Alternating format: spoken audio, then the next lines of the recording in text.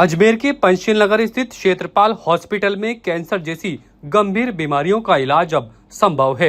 ऐसे में मरीजों को अजमेर से बाहर जाने की जरूरत नहीं पड़ेगी, क्योंकि कैंसर सहित विभिन्न गंभीर बीमारियों का इलाज अजमेर के क्षेत्रपाल हॉस्पिटल में किया जा रहा है। बड़ी संख्या में मरीज इसका लाभ भी ले रहे हैं और कैंसर जैसी बीमारी से जंग जीतकर सकुशल अपने घर लौट रहे हैं। क्षेत्रपाल हॉस्पिटल में सभी गंभीर बीमारियों का इलाज एक ही छत के नीचे किया जा रहा है और मरीजों को राहत पहुंचाई जा रही है। कैंसर जैसी गंभीर बीमारी को लेकर doctor Jevir Singh Shekhawat surgical oncologist से बात की गई तो उन्होंने बताया कि सर्जरी और कीमोथेरेपी के द्वारा इस इलाज को खत्म किया जा सकता है। कैंसर का इलाज कोई गंभीर बीमारी नहीं, अगर हम टाइम से इसका इलाज लें तो इससे डरने की जरूरत नहीं है और हम इससे जंग भी जीत सकते हैं। उन्होंने कहा कि सभी एडवांस सुविधा क्षेत्रपाल हॉस्पिटल में उपलब्ध है। हाइपिक थेरेपी के माध्यम से भी कैंसर के कीटाणुओं को खत्म किया जा सकता है। मैं doctor Jevir Singh Shekhawat, surgical oncologist. तो जो आपने सवाल पूछा है इसका ये है कि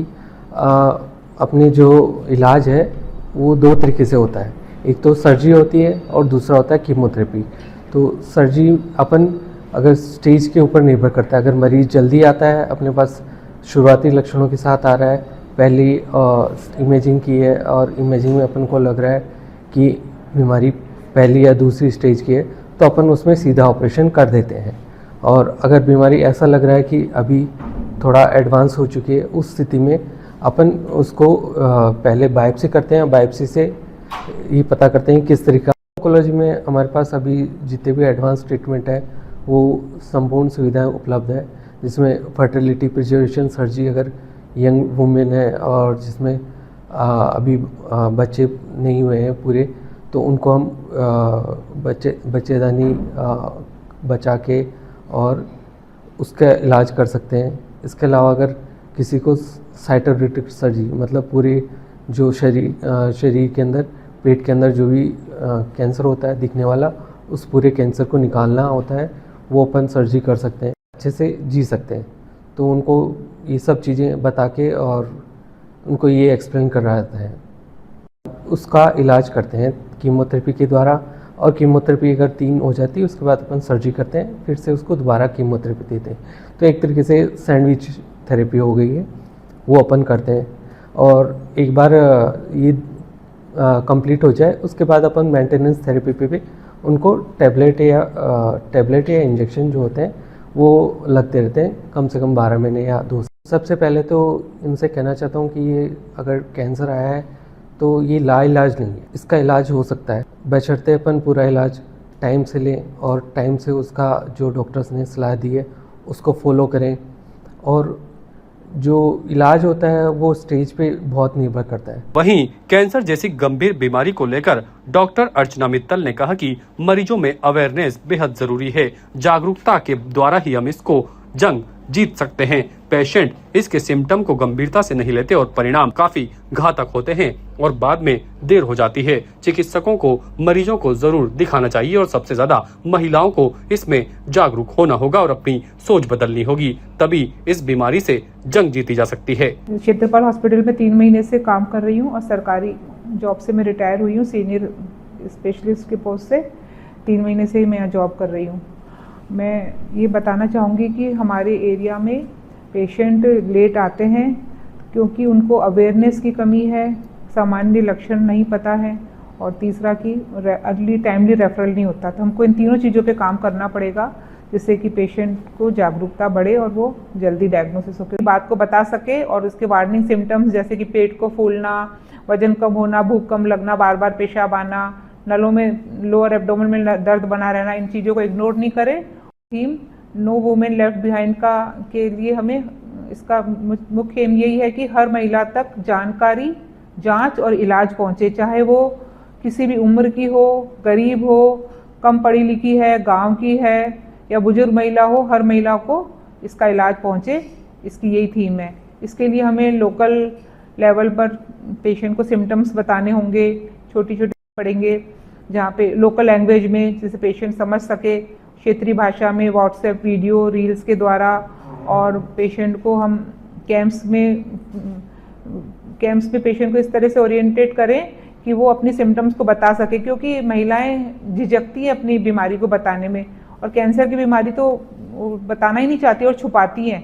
तो उनको हम ढंग से मोटिवेट करें, महिला डॉक्टर हो, ओवेरियन कैंसर, ब्रेस्ट कैंसर की, या फिर पेशेंट के कोई ब्रेका सिम्टम्स हैं तो फिर उसको कहना होगा कि तुम अर्ली सिम्टम्स को पे इग्नोर नहीं करें, और इसके लिए हमको परिवारजनों का भी सहयोग लेना पड़ेगा, क्योंकि परिवार वाले समझते नहीं इसकी गंभीरता को, तो उसके हस्बैंड को भी हमको जो कैंप्स वगैरह लगे उनमें इन्वॉल्व करना पड़ेगा।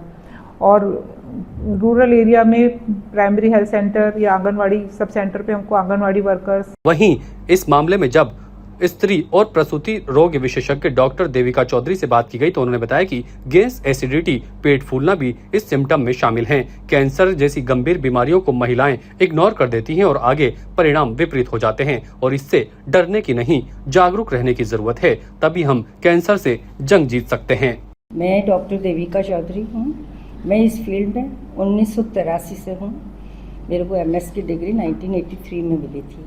मैं मेडिकल कॉलेज में JLN हॉस्पिटल जनाना के अंदर मेरी सर्विसेज मैंने दी है as a professor and unit head. वहाँ से रिटायरमेंट के बाद मैं यहाँ पे क्षेत्रपाल के अंदर पिछले 1 साल से कार्यरत हूँ as a senior consultant in gynae and obstetrics. मेरी सेवाएं जो है सुबह 10 बजे से लेकर 2 बजे तक यहाँ पे प्राप्त है, और इमरजेंसी सर्विसेज 24/7। वो सारे सिम्टम्स जो होते हैं, गैस, एसिडिटी, पेट का फूलना, भूख कम लगना, है ना, जो अपने ब्लोटिंग होना, पेट में आफरा आ जाना, तो उसको साइमुलेट करते हैं, उसके जैसे होते हैं ये। तो अपन आम उसमें क्या समझेंगे कि भाई ये तो एसिडिटी की प्रॉब्लम है। सो इस चीज़ को क्या होता है कि ये लेडीज़ निगलेक्ट कर देती हैं, है ना, उस चीज़ को इग्नोर कर देती हैं, उसकी गंभीरता को नहीं लेती हैं कि भाई ये क्या है। और तो इनिशियल स्टेजेस, जो फर्स्ट स्टेज जिसको अपन कहेंगे, उसमें जिसमें कि कैंसर के जो सेल्स हैं वो सिर्फ ओवरीज तक ही उपस्थित रहते हैं, कन्फाइंड रहते हैं ओनली टू ओवरीज में ही। तो उसमें जो इलाज होता है और जो उनकी सर्वाइवल रेट होती है वो अच्छी रहती है। If you want I can tell you, मैं आपको बता सकती हूँ, एक केस थे मेरे पास में, एविडेंस बेस्ड है। वो आई थी सिर्फ अपनी कि मेरे को कालजे में दर्द हो रहा है, जलन हो रही है, एसिडिटी हो रही है, और है ना मेरे को दिखाना है। My husband is a physician, हमारे नोन थे। तो मैंने उनको देखा, पहले डॉक्टर साहब ने देखा, उन्होंने कहा नहीं एसिडिटी की ऐसी कोई प्रॉब्लम नहीं है, पर माइंड क्लिक्ड। और मैंने, because she was post menopausal, मतलब मीनोपॉज हो गया था उनको, मैंने उनकी PV करी तो मेरे को उनकी ओवरी एनलार्ज, फिर उनको हमने post operative chemotherapy the, and this is, ये 20 साल पहले की बात है, वो आज तक जिंदा हैं, आज तक। इसलिए इसकी इम्पोर्टेंस है कि अर्ली डायग्नोसिस जो है वो पहले होना चाहिए, और अपन जागरूक करें महिलाओं को, ये बताएं कि भाई ये वाला जो है सिम्टम्स हों, और नलों में आपके दर्द हो रहा है, लोअर पेन, एब्डोमेन हो रहा है। वहीं क्षेत्रपाल हॉस्पिटल की डॉक्टर पूजा कुमार पाटीदार ने कहा कि कैंसर का खतरा मुख्य रूप से 50 साल के बाद होता है। महिलाएं ध्यान नहीं देती, जिसमें सबसे पहले पेट फूलने जैसी, पेशाब बार बार आने जैसी समस्या होती है। लास्ट में महिलाएं आती हैं जब काफी देर हो जाती है। ऐसे में महिलाओं को जागरूक रहना होगा और अपने आसपास भी सभी को जागरूक करने की जरूरत है। किसी को मुझसे कंसल्ट करना है तो वह क्षेत्रपाल हॉस्पिटल में मुझसे सोमवार से शनिवार तक सुबह 10 से शाम 5 बजे तक मिल सकते हैं। कैंसर का खतरा मुख्य रूप से 50 साल के बाद होता है। स्पेशली मीनोपॉज के बाद ओवेरियन कैंसर का खतरा बहुत अधिक बढ़ जाता है। इसका मतलब ये नहीं है कि यंगर वुमन में ये कैंसर नहीं हो सकता है। इसके शुरुआती लक्षण बहुत सामान्य होते हैं, इसलिए महिलाएं अक्सर इनको इग्नोर कर देती है। इसके शुरुआती लक्षण जैसे पेट फूलना, पेट में अत्यधिक गैस का होना, भूख ना लगना, अत्यधिक थकान का महसूस होना, वजन कम होना, बार बार पेशाब का आना, पीरियड्स में अनियमितता होना इत्यादि होते हैं। इसलिए अगर ये लक्षण 3-4 हफ्तों तक लगातार बने रहें तो महिलाओं को इन सिम्टम्स को इग्नोर नहीं करना चाहिए, तुरंत अपने गायनेकोलॉजिस्ट से कंसल्ट करें, क्योंकि ओवेरियन कैंसर के केस में अर्ली डायग्नोसिस बहुत इंपॉर्टेंट। गलती ये है कि महिलाएं अपनी हेल्थ को लास्ट प्रायोरिटी पर लेती है। वो बहुत कॉमन सिम्टम्स जैसे कि वजन कम होना, थकान का महसूस होना, पीरियड में अनियमितता होना इत्यादि को इग्नोर करती रहती है। या तो शर्म के मारे महिलाएं डॉक्टर से कंसल्ट नहीं करती है, या गरीबी की वजह से महिलाएं डॉक्टर से कंसल्ट नहीं कर पाती है।